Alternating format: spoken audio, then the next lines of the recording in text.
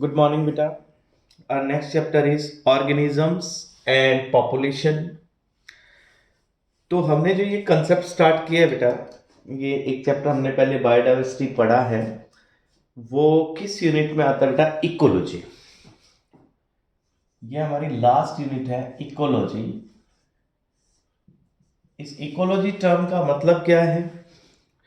Ecology term का मतलब होता है बेटा study of inter relationships of living organisms with their physical and biological environment. Means study of inter relationships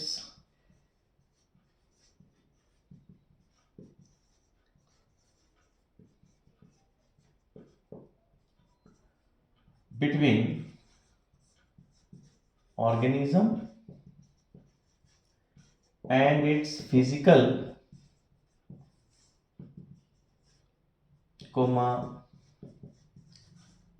biological environment। मतलब हम इस ब्रांच में किसी भी ऑर्गेनिज्म की उसके इन्वायरमेंट के साथ जो इंटरेक्शन है, रिलेशनशिप है, कि ऑर्गेनिज्म का इन्वायरमेंट पे क्या इफेक्ट है, इन्वायरमेंट का ऑर्गेनिज्म पे क्या इफेक्ट है, ये दोनों हम पढ़ने जा रहे हैं। तो ये टर्म देने वाले साइंटिस्ट कौन थे? जर्मन बायोलॉजिस्ट थे, अर्नेस्ट हैकल।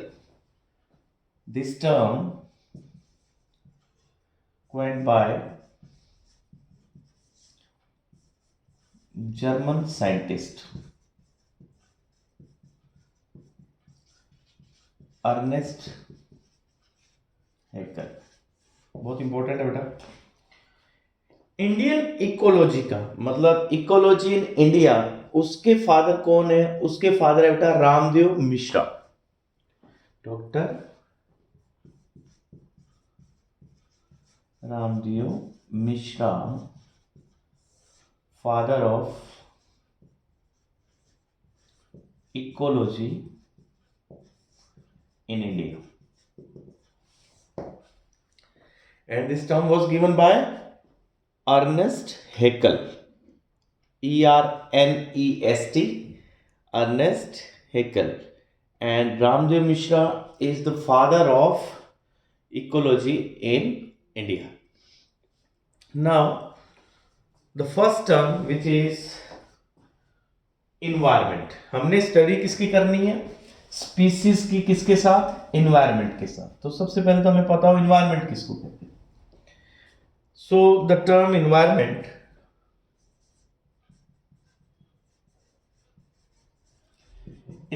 का मतलब होता है बेटा surrounding. Environment means surrounding of an organism. Surroundings of an organism.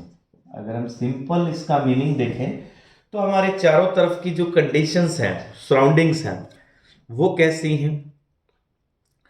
अगर हम अकेला इन्वायरमेंट टर्म इस्तेमाल करें बिना ऑर्गेनिज्म के तो कोई सेंस नहीं है, और इंडिविजुअल ऑर्गेनिज्म की विदाउट इन्वायरमेंट भी कोई सेंस नहीं है। मतलब we can not exist without our environment. Environment तो लाइफ के लिए मस्ट है, आपको पता है। तो इन्वायरमेंट की डेफिनेशन क्या होगी बेटा? It is aggregate of all external conditions and influences, both abiotic and biotic। मतलब हमारे चारों तरफ जो लिविंग, बायोटिक और एबायोटिक फैक्टर्स हैं वो एग्रीगेट करें बेटा।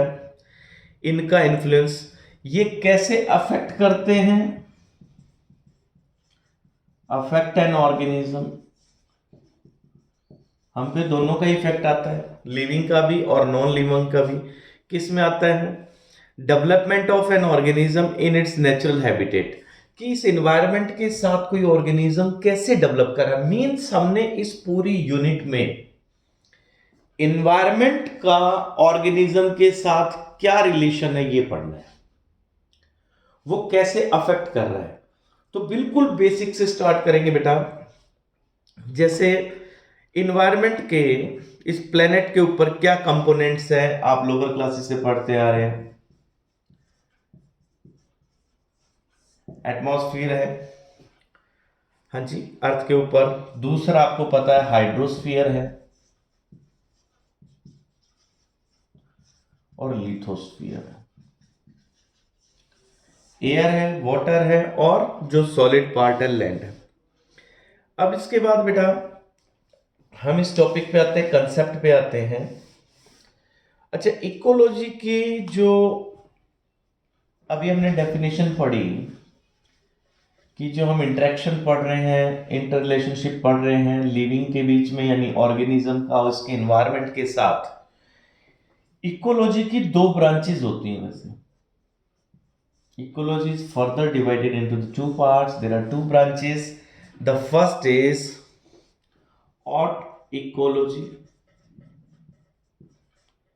and second is synecology.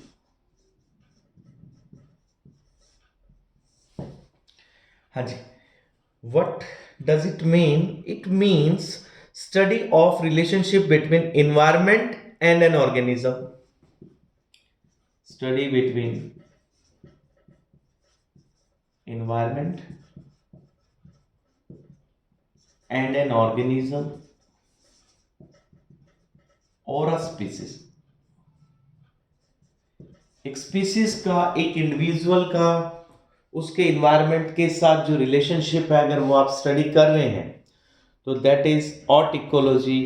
और बेटा सिन इकोलॉजी का मतलब जब आप इन्वायरमेंट की स्टडी कर रहे हैं कम्युनिटी के साथ, the study of environment with biological community, मतलब group of population species.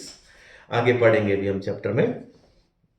Yes, अब इसके बाद अब हम इन्वायरमेंट स्टडी करने जा रहे हैं, ऑर्गेनिजम्स को स्टडी करने जा रहे हैं, मतलब इकोलॉजी पढ़ेंगे अब हम।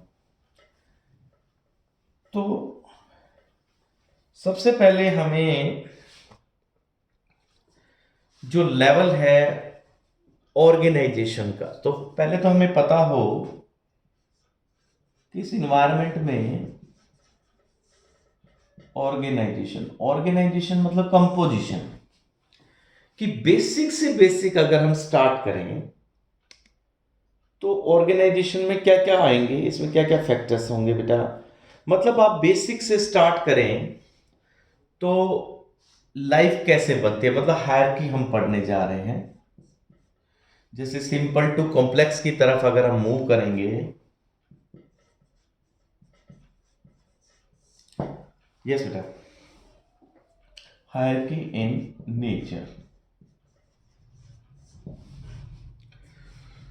तो इसका मतलब क्या होता है? हायरार्की का मतलब है बेटा, it means any graded organization of persons things ranked one above the other.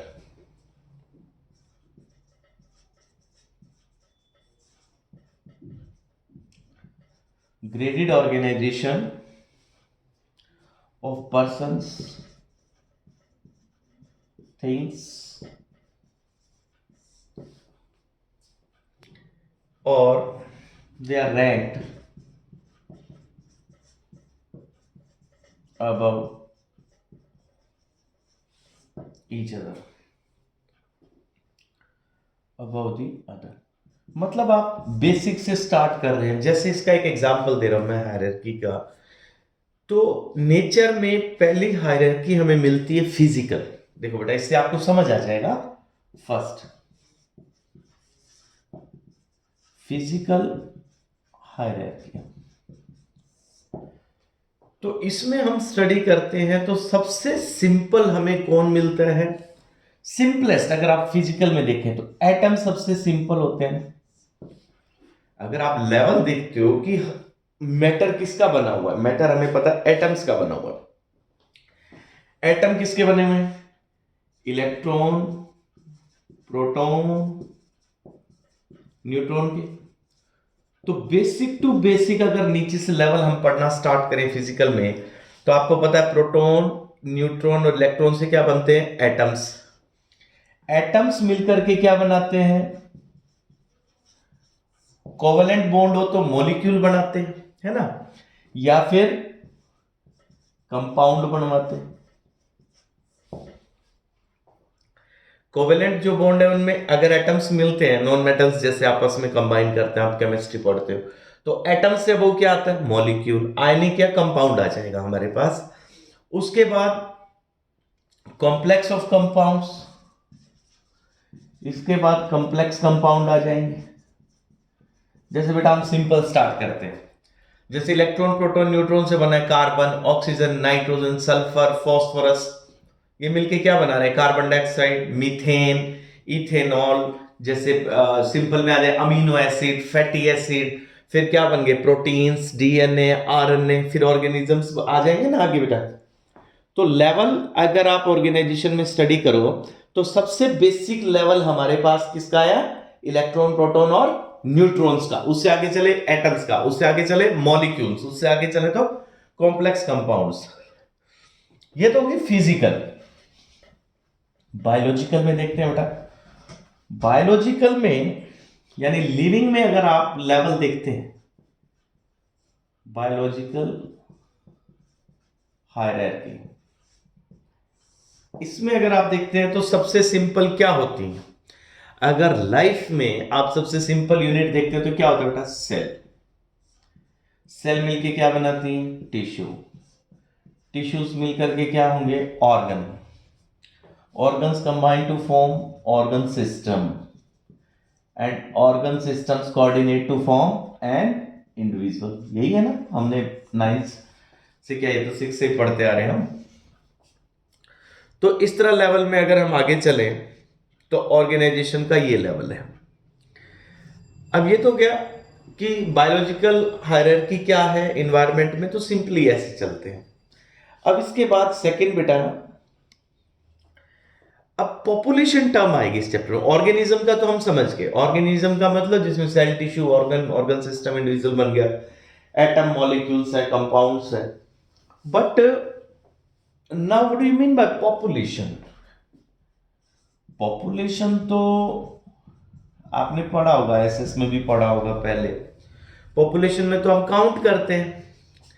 Population का मतलब क्या होता है कि जब आप नंबर काउंट करो, जैसे ये एक एरिया है, ये एक एरिया बेटा, अब ईयर चल रहा है जैसे 2022, यहां पे हम गिन लेते हैं कि एक ही स्पीसीज के कितने मेंबर हैं।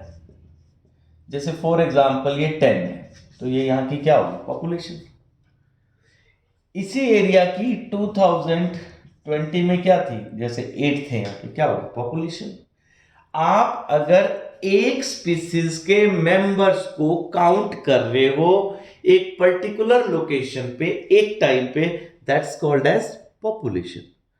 पॉपुलेशन का मतलब जैसे अब हमारी पॉपुलेशन है, एक कंट्री के अंदर ह्यूमन बीइंग कितने हैं, that is the population. So population is defined age group of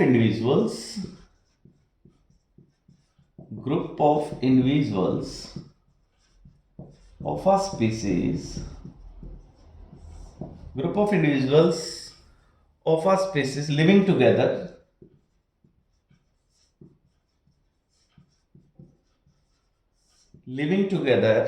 in a common area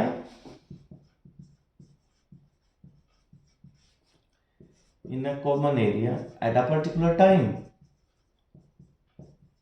एक किसी भी टाइम पे, किसी भी ईयर में, किसी भी मंथ में, किसी भी टाइम पे, जैसे आप बैक्टीरिया कहीं पे काउंट कर रहे हो तो वो पॉपुलेशन किसकी होगी, बैक्टीरिया की। जैसे 10 बजे काउंट किया आपने, 11 ओ क्लॉक काउंट किए, 12 ओ क्लॉक काउंट किए, मीन्स एक ही स्पीसीज के मेंबर एक एरिया में एक पर्टिकुलर टाइम पे। जैसे आपकी बुक में एग्जांपल दे रखा है कि एक पॉन्ड के अंदर कितने फ्रॉग्स हैं, तो ये वहां की पॉपुलेशन होगी। आप वहां के प्लांट्स काउंट करते हैं, जैसे ये कोई पॉन्ड है, इस पॉन्ड के अंदर कितने इकॉर्निया प्लांट है, वाटर हैसिड, यहाँ की पॉपुलेशन होगी। कितने फ्रॉग्स हैं, तो ये फ्रॉग की पॉपुलेशन अलग आ गई, इन प्लांट्स की अलग आ गई, बैक्टीरिया की नहीं है तो उनकी अलग आ जाएगी। तो सिमिलरली ह्यूमन बीइंग अगर आप काउंट करते हैं किसी भी जगह के ऊपर तो वो एक पॉपुलेशन हो जाएगी। तो जैसे ह्यूमन बीइंग हिल्स में, प्लेन पे या किसी आइलैंड पे हैं, तो वो जैसे आपने ह्यूमन बीइंग की पॉपुलेशन काउंट की है तो किसी आइलैंड पे की तो वो वहां की अलग पॉपुलेशन होगी, है ना। जैसे एक आइलैंड है, इस आइलैंड के ऊपर जैसे 100 लोग रहते हैं तो ये यहाँ की पॉपुलेशन आ जाएगी, है ना। किसी प्लेन एरिया के अंदर जैसे 1000 है तो ये यहाँ की पॉपुलेशन आ जाएगी। तो अगर आप एक डिफरेंट पॉपुलेशंस हैं एक ही स्पीसीज की अलग अलग एरिया में, तो इसको हम क्या कह देते हैं, लोकल पॉपुलेशन। ठीक है, मैं फिर से बता रहा हूं, पॉपुलेशन का मतलब तो आप नंबर काउंट कर रहे हो, एक स्पीसीज के अलग अलग ऑर्गेनिजम्स कितने हैं, कितने नंबर में है इंडिविजुअल्स। उसके बाद बेटा किसी भी ज्योग्राफिकल एरिया में, जैसे आपने यहां पे ये बड़ा एरिया है, जैसे हमने इसकी पॉपुलेशन काउंट कर ली, ये पॉपुलेशन है इस एरिया की, जैसे इसमें बहुत सारे ऑर्गेनिजम्स हैं, जैसे यहाँ पे हमने गिन लिया कि जैसे 10,000 ह्यूमन बीइंग है ना, तो हम क्या कहेंगे, population of this part of land हो गया ऐसा, जैसे इसके ऊपर हमने काउंट की है। इसको भी आप फर्दर डिवाइड कर सकते हो, जैसे आपकी ये पॉपुलेशन थी, यहाँ पे ये लोग रह रहे थे यहाँ पे, ये 10,000 थे, फिर आप इनको डिफरेंट ग्रुप्स में भी डिवाइड कर सकते हो। एक ही पॉपुलेशन को अगर आप डिफरेंट ग्रुप्स में डिवाइड कर रहे हैं तब हम एक टर्म यूज करते हैं डीम्स। पॉपुलेशन का मतलब जो सारे गिन लिए हमने, फिर हमने उनको डिफरेंट ग्रुप्स में डिवाइड कर दिया एक ही पॉपुलेशन को, then the term is used demes. Okay बेटा, देन अच्छा, अगर हम एक पॉपुलेशन देख रहे हैं, जैसे आप किसी एरिया की, जैसे इस आइलैंड की पॉपुलेशन देख रहे हैं, इसकी, यहां के लोग अडेप्टेड हैं यहाँ की कंडीशन से, है ना। जैसे यहाँ पे आइलैंड पे एक अलग तरह का मौसम रहता है, वो वहां के मौसम के अकॉर्डिंग यहाँ के लोग यहाँ सर्वाइव कर रहे हैं। तो इस पॉपुलेशन को एक अलग नाम देना चाहो तो आप कह सकते हो इको टाइप। पॉपुलेशन तो एक ब्रॉड टर्म होगी कि एक जगह पे आपने नंबर काउंट कर दिया, ये तो हो गया बेटा पॉपुलेशन। और फिर आप उस पॉपुलेशन को अलग अलग ग्रुप्स में डिवाइड करते हो तो क्या टर्म यूज किया हमने, डीम्स।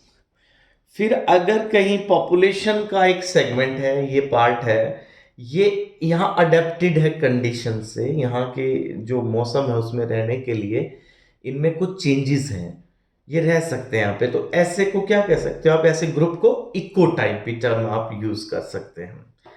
अब इसके बाद नेक्स्ट टर्म है बेटा biotic community. Biotic community, population का मतलब तो हुआ एक स्पीसीज को काउंट किया, पॉपुलेशन को डिवाइड करेंगे अंदर ग्रुप्स में तो डीम्स, एक पर्टिकुलर पार्ट ऑफ पॉपुलेशन जो इन्वायरमेंट के साथ अडेप्टेड है तो क्या टर्म यूज हुई बेटा, इको टाइप। अब है बेटा biotic community.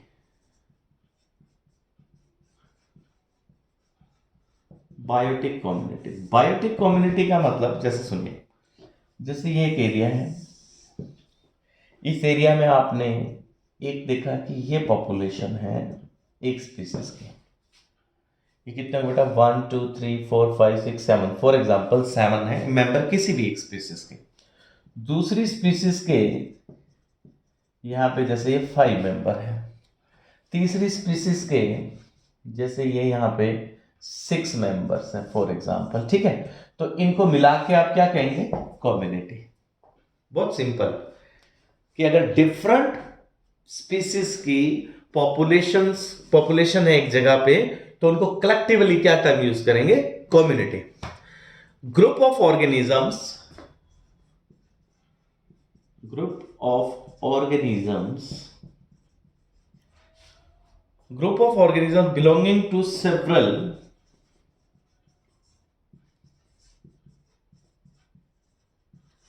belonging to several different species that live together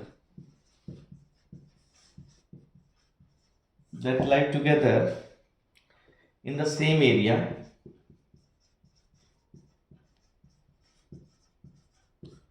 और हैबिटेट,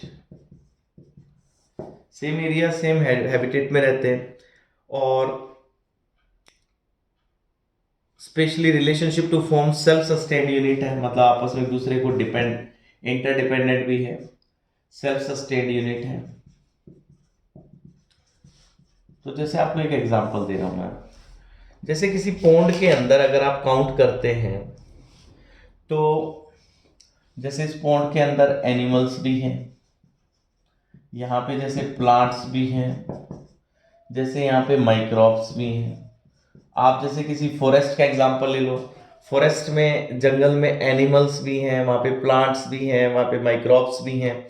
तो आगे फर्दर हम उनको डिवाइड कर सकते हैं। अब इसके बाद नेक्स्ट है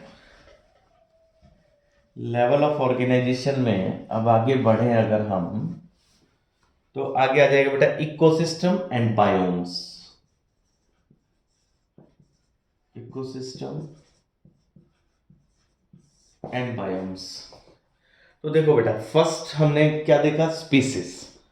स्पीसीज में इंडिविजुअल है, वो कितने हैं मेंबर्स, तो उसको क्या काम है, population.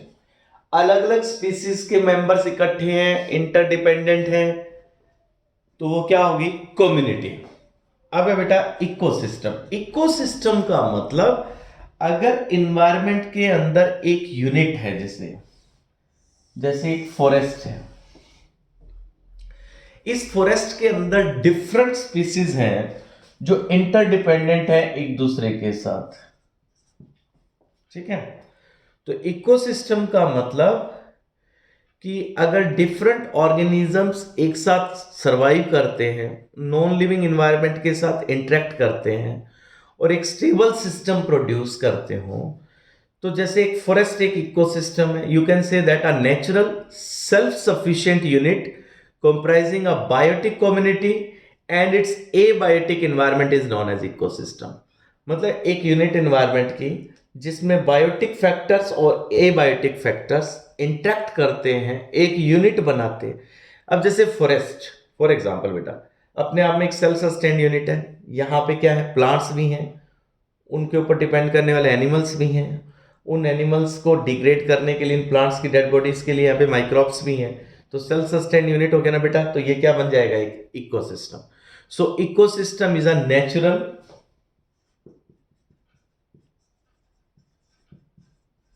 Self sufficient, it's a natural self sufficient unit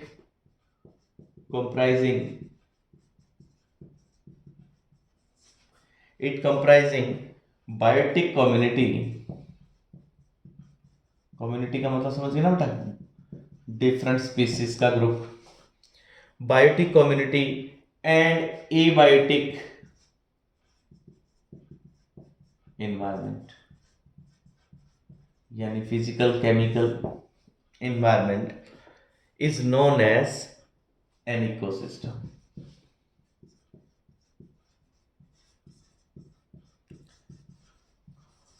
it's known as an ecosystem. Yes बेटा, इकोसिस्टम में जैसे एग्जांपल पॉन्ड एक इकोसिस्टम है। सेकंड बेटा, पॉन्ड के बाद लेक, फॉरेस्ट, ये कैसे इकोसिस्टम है, नेचुरल अपने आप बने हुए हैं। लेक है, फॉरेस्ट है, दे आर नेचुरल इकोसिस्टम।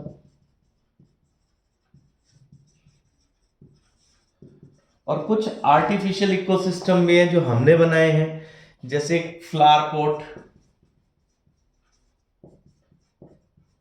छोटा इकोसिस्टम है बेटा। इसके बाद एन एक्वेरियम, एक इकोसिस्टम है। इसके बाद बेटा अ स्पेस शिप इकोसिस्टम है। They are called as artificial ecosystem.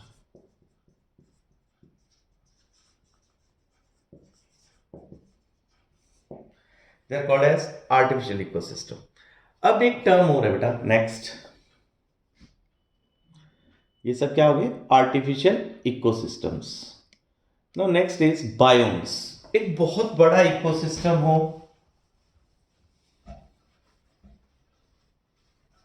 हाँ जी, next is biomes.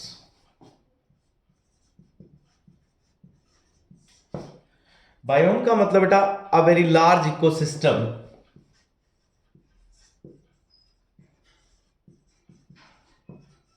A large ecosystem is titled as biome.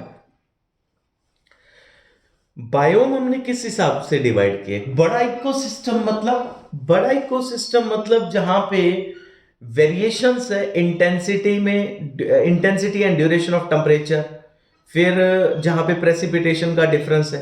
तो अर्थ के ऊपर टेम्परेचर के हिसाब से, बारिश के हिसाब से कुछ एरिया डिवाइडेड हो गया बेटा, तो ये बड़े इकोसिस्टम बन गए हैं। तो इनको हम कहते हैं बायोम्स। जैसे फॉर एग्जांपल डेजर्ट, बहुत बड़ा इकोसिस्टम बन गया बेटा। एक डेजर्ट एक इकोसिस्टम हो गया। Rain forest, tundra,